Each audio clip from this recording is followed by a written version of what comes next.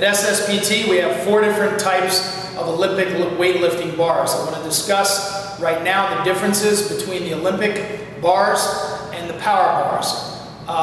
The general specifications are strikingly similar. The overall bar length, again, is going to be just over 7 feet long. The diameter of most Olympic barbells is 28 millimeters in diameter, 28 millimeters thick, so it's going to be a little bit thinner. All of these, or 3 of the 4, weigh 20 kilos, 44 pounds. You'll notice they come in a nice chrome finish. The metal that they make the Olympic weightlifting bars out of is slightly different.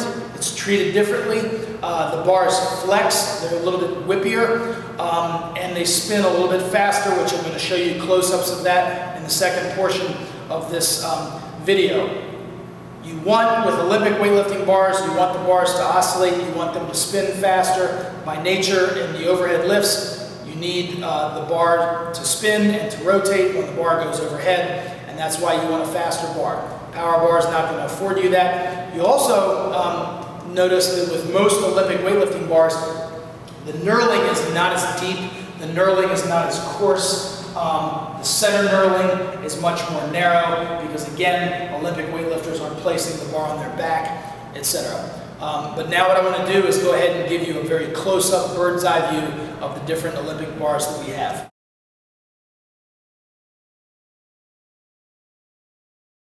Okay, we're taking a close-up look here at our weightlifting bars. We've got 4 different bars that we're going to go through. You'll notice that each one of these bars has a chrome finish, which is kind of nice. The first bar that we're going to talk about is made by a company called DHS, and that's this bar right here. This is the DHS Men's Olympic Weightlifting Training Bar. It's 20 kilos, 44 pounds. One of the things that's different about the weightlifting bars and a power bar, a couple of differences, in addition to the flex nature or the whippiness of the bar that we discussed. The distance here between the rings on these bars is 36 inches as opposed to 32. When you're doing the snatch and the overhead lifts, well, specifically the snatch, your grip is going to be wider. So the rings on these bars is wider than you're going to find on the power bars. In addition, the bearings that are located here allow these bars to spin a lot faster. Okay, you'll notice each one of these bars spins very, very quickly. You're not going to find that on a typical power bar that we discussed in our other video. For the overhead lifts, you need a bar that spins. You need a fast bar to do the overhead lifts properly, and so that's what these are going to afford you. The second bar here that we have is this one right here. This is the Eleiko.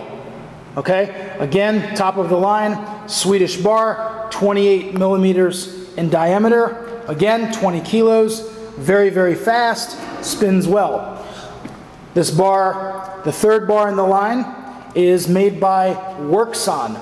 Workson, again, another popular company with regards to Olympic weightlifting equipment and plates. Another fast bar, 20 kilos, 28 millimeters. This bar retails for about $880. Both the Workson here, as well as the Eleiko, are IWF, International Weightlifting Federation, certified bars. You'll find these on platforms in the Olympics and around the world in different competitions. Lastly, this thinner bar here is made by York. It's a women's bar. It's 15 kilos or 33 pounds.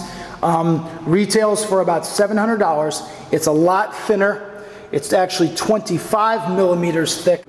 So there you have it. You've got the 4 different Olympic barbells, entirely appropriate for the Olympic lifts. Faster spin, chrome finish, again, just over 7 feet long. 36 inches between the rings, and good quality bars. Again, don't want to skimp. If you're going to get serious about Olympic weightlifting and doing the Olympic lifts, you need to get an Olympic bar.